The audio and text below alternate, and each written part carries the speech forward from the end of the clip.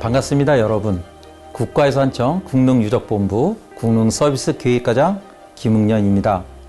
이번 시간에는 조선의 역대 왕과 왕비, 대한제국의 황제와 황후의 무덤인 조선의 왕릉에 대한 소개와 그 의미와 가치에 대해 알아보도록 하겠습니다. 조선의 왕릉은 조선의 역대 왕과 왕비, 대한제국 황제와 황후의 무덤입니다. 남한의 40기, 북한의 2기, 총 42기의 능이 조성되어 있습니다. 조선시대는 유교를 통치 이념으로 삼아 조상을 공경하는 풍습의 일환으로 왕릉을 조성하고 재앙을 올리며 관리함에 있어 효와 예의를 갖추어 정성을 다해왔습니다.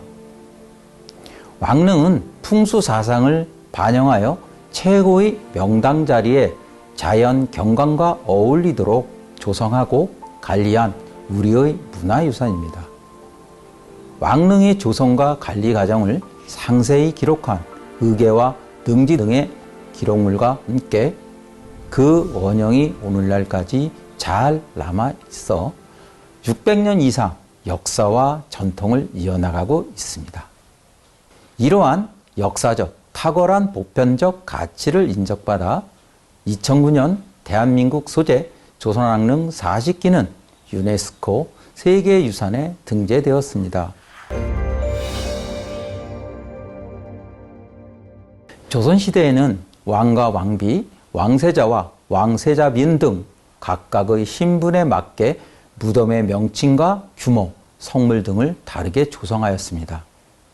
먼저 왕과 왕비, 황제와 황후의 무덤은 능이라고 합니다.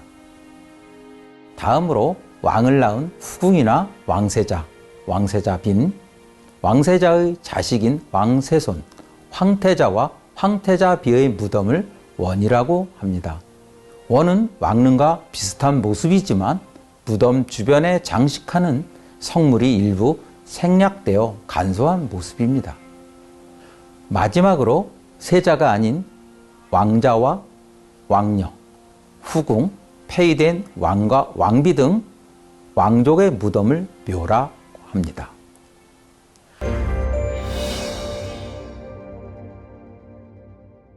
그럼 왕릉 조성에 대해서 알아보겠습니다.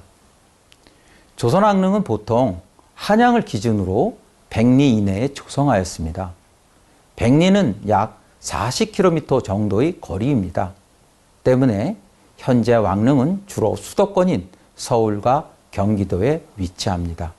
이와 같이 거리를 제한한 것은 왕릉 조성과 관리, 국왕이 왕릉을 찾는 행차 등의 편의를 갖기 위한 것으로 보입니다. 그러나 풍수 문제나 당시 정치 상황에 따라 100리를 벗어난 곳에 조성되기도 합니다. 경기도 여주시에 있는 세종의 영릉은 본래 있던 자리에서 풍수 지리상 문제가 있어 명당을 찾다가 지금의 자리로 이전된 것입니다. 단종의 장릉은 강원도 영월에 위치하는데 이는 단종이 살아있을 때 왕이 자리에서 노산군으로 폐위되고 유배 가서 세상을 떠난 곳이 영월이기 때문입니다. 훗날 단종으로 복위되어 무덤의 명칭을 노산군 묘에서 장릉으로 승격시킨 것입니다. 다음은 왕릉의 공간 구성에 대해 알아보겠습니다. 왕릉은 산 사람과 죽은 사람이 만나는 공간으로 능에 따라 약간의 차이는 있으나 권역별로 공통적인 건축물과 성물 공간으로 구성되어 있습니다. 크게 왕릉으로 들어가는 진입공간, 재앙을 지내는 재앙공간, 봉분과 성물 장식이 있는 능칭공간으로 나누어 볼 수 있습니다. 그럼 진입공간에 대해 설명을 드리면 왕릉이 시작되는 입구에는 제실이라는 건축물이 있습니다. 제실은 왕릉을 관리하는 사람들의 업무 공간이자 재앙을 준비하는 곳입니다.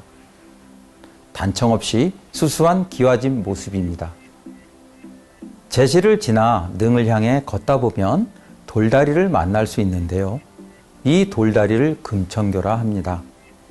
금천교는 물길을 건너는 돌다리로 속세와 왕릉의 공간을 구분하는 역할을 합니다.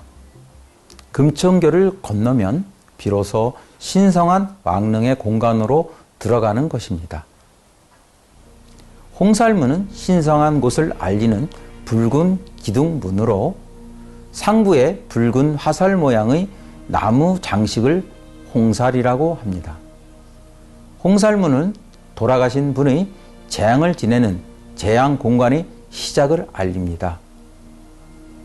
홍살 옆에는 판이라고 하는 네모난 판석이 깔려 있습니다. 재앙을 지낼 때 국왕이 정자각으로 이동하기 전 이곳에서 잠시 서서 경건한 마음을 가집니다. 재앙이 없을 때 판이는 국왕이 능을 향해 절하는 곳입니다. 홍살문부터 재앙을 지내는 건물인 정자각까지 넓적한 박석으로 만든 길이 있습니다. 길의 왼쪽은 약간 높고 오른쪽은 낮은데 왼쪽 길은 향로, 오른쪽 길은 어로라고 부릅니다. 향로는 재앙 때 향과 충문을 들고 가는 길이고 어로는 국왕이 재앙 때 걸어가는 길입니다. 향로와 어로 양옆으로는 작은 건축물이 하나씩 있는데 왼쪽에 있는 것은 수락관, 오른쪽에 있는 것은 수복방입니다. 수락관은 재앙에 올리는 음식을 준비하는 건물이며 수복방은 왕릉을 지키는 수복이 머무는 공간입니다. 수복은 왕릉을 청소하고 재앙을 준비하며 숙직하여 밤새 왕릉을 지키는 등의 업무를 합니다. 정자각은 재앙을 지내는 건물로 산 사람과 죽은 사람이 만나는 곳입니다. 공중에서 지붕 형태를 내려다 보았을 때 지붕의 모양이 고물의 정자를 닮아 정자각이라고 부릅니다. 건물 안에서는 재앙 음식을 차려놓고 재앙 절차에 맞춰 술을 올리고 절을 합니다. 동쪽으로 향과 충문이 올라가는 계단, 국왕이 올라가는 계단이 있고 서쪽으로 재앙을 올리는 재간들이 올라가는 계단이 있습니다. 정자각 오른쪽으로 비석을 보호하는 건물인 비각이 있습니다. 비각 안의 비석에는 돌아가신 왕과 왕비, 생애와 업적 등이 적혀 있습니다. 돌아가신 분이 묻혀 있는 곳이 능침 공간입니다. 능침은 정자각 너머 높은 언덕 위에 있습니다. 능침 위에 오르면 능을 보호하는 다양한 성물이 있습니다. 돌로 만든 사람인 석인이 있는데 문인을 상징하는 문석인, 무인을 상징하는 무석인, 좌우로 각각 한 기씩 있습니다. 돌아가신 왕의 무덤을 지키는 역할을 합니다. 실제 신하들처럼 문석인은 관복을, 무석인은 갑옷을 입고 있습니다. 이들이 입은 옷은 왕릉이 조성된 시기에 따라 생김새가 다르기도 하고 크기도 다릅니다. 또한 관료들이 타고 다니는 말을 조각한 성마가 있습니다. 석인과 성마를 지나면 가운데에 장명등이 있습니다. 장명등은 어두운 사후 세계를 밝히는 등입니다. 장명등 뒤로 석상이 있습니다. 돌아가신 분의 혼이 논이는 곳으로 혼유석이라고도 부릅니다. 장명등과 혼유석 좌우로 돌기둥 모양의 성물이 있는데 망주석이라고 합니다. 망주석은 멀리서도 무덤임을 알 수 있도록 세우는 것입니다. 혼유석 다음에 위치한 둥근 봉분 아래에 돌아가신 분이 묻혀 있습니다.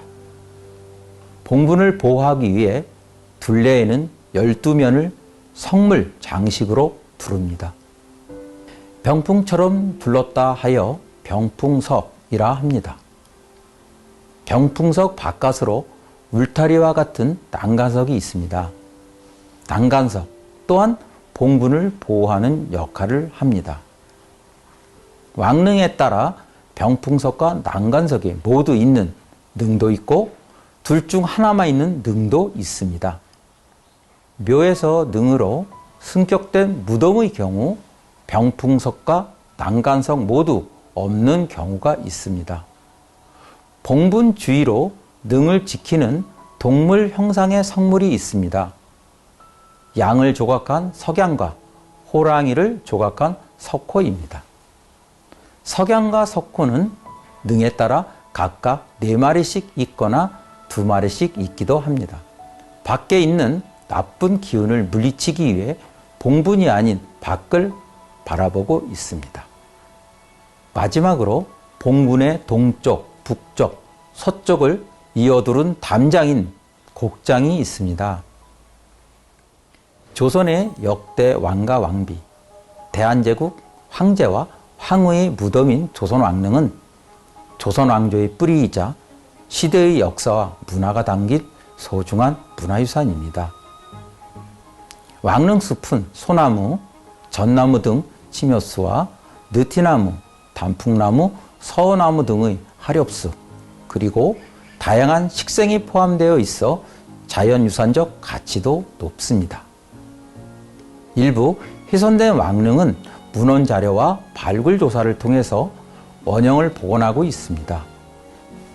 원형을 잘 보존하는 것뿐만 아니라 조선시대부터 지내던 제양 의례도 현재까지 그 전통을 잇고 있습니다. 최근에는 왕릉 제양을 직접 체험하는 프로그램도 운영하고 있습니다. 또한 매년 가을 조선 왕릉 축전이 개최되고 있어 국민 누구나 왕릉에서 특별한 체험을 할 수 있습니다. 지금까지 소개한 조선왕릉을 직접 방문하여 전문 해설자와 함께 좀 더 깊이 있는 왕릉에 대한 지식을 쌓는 기회를 꼭 갖길 바랍니다. 감사합니다.